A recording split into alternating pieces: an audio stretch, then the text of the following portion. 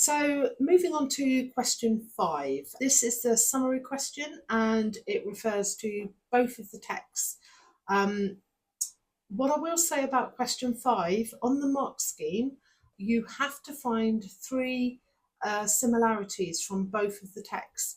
If you only find two, or one or two, you can only get up to 1 or 2 marks. You can only grab yourself more marks if you find three general similarities. And also, I think it's an important question because it can help you with your comparison. Okay, see this question as a bit of a base, which is going to kind of support your answer when it comes to question 6, where you have to go into deeper analysis. Okay, so having read the two texts, you need to kind of identify three just general similarities, okay, about the dangerous situations that they're in. So, the similarities can be quite obvious. So, for example, they're both on a mountain. Okay, so from text 1, if I just highlight this quote here, they had reached the mountain's foot on its northern side. And on text 2, I'm going to just highlight the incline of the mountain grew steadily sharper, which I did use that quote in the language and structure question. Okay, so they're both on a mountain. And the next similarity is that basically both writers are struggling. Okay, so I'm going to pick out a text from text 1 which shows that they are struggling. And I've got this phrase here: crawling like a snail with a heavy burden on his back. And then in text 2, down here, we have my body was on the verge of complete collapse. Okay, and then finally, both writers show that they were determined. Okay, so in text 1, near the end it says, so foot by foot, like small grey insects, they crept up the slope. So that shows that they are determined to keep going. And then in text 2, it says, it was an agonizing process inching up the mountain and the hours passed slowly, but they are still determined to go. Okay, so I've highlighted 3 quotes from each of the texts, and I just need to put that response into, it's kind of like a P response, but it's a 6-mark question.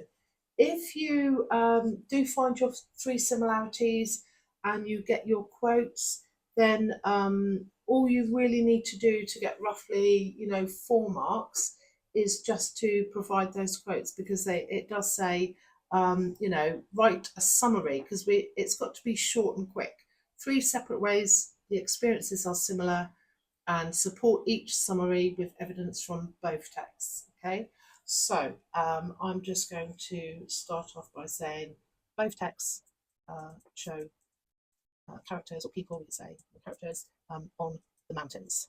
Okay, in text 1, it states they had reached the mountain's foot.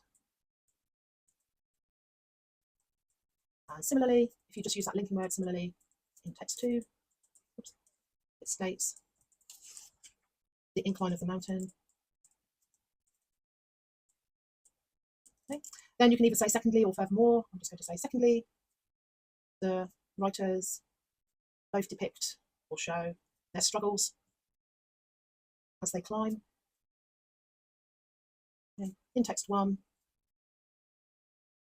it states how they were crawling like a snail with a heavy burden on its back, which is similar to text 2, where they describe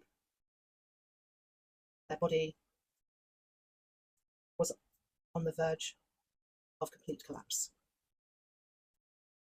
Okay. Finally, or thirdly, both writers show how determined they were to complete their journey. In text 1, they state. So foot by foot.